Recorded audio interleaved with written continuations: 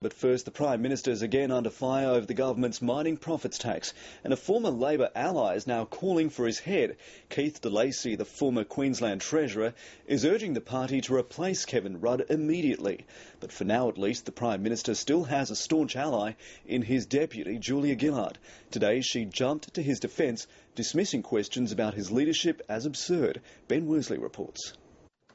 There's no hiding the irony of who delivered Kevin Rudd's positive prognosis today. Hello. G'day. Hi. Julia Gillard, the woman who might, insists the Prime Minister's vital signs are good. Not everything's gone according to plan, but we've made real progress. Kevin Rudd's Labor, after the mining tax, is taking hits from everywhere. They scrap it, amend it, whatever they do now, they have done long-term damage.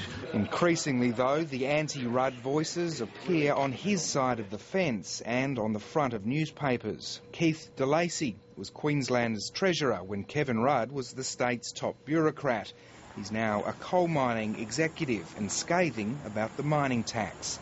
Kevin Rudd, he writes, is fast becoming an object of ridicule who's doing terminal damage to brand Australia. He complains of an enormous gulf between word and deed, between spin and substance. Mr de Lacy concludes there is no alternative but to change the leader. I don't agree with the view that's been expressed by Mr de Lacy. Even Kevin Rudd's brother is happy to put his concerns in print, saying the public doesn't know who Kevin 10 is. Individuals looking at politics will come to a variety of views. In Western Australia, a new poll suggests those views are turning toxic.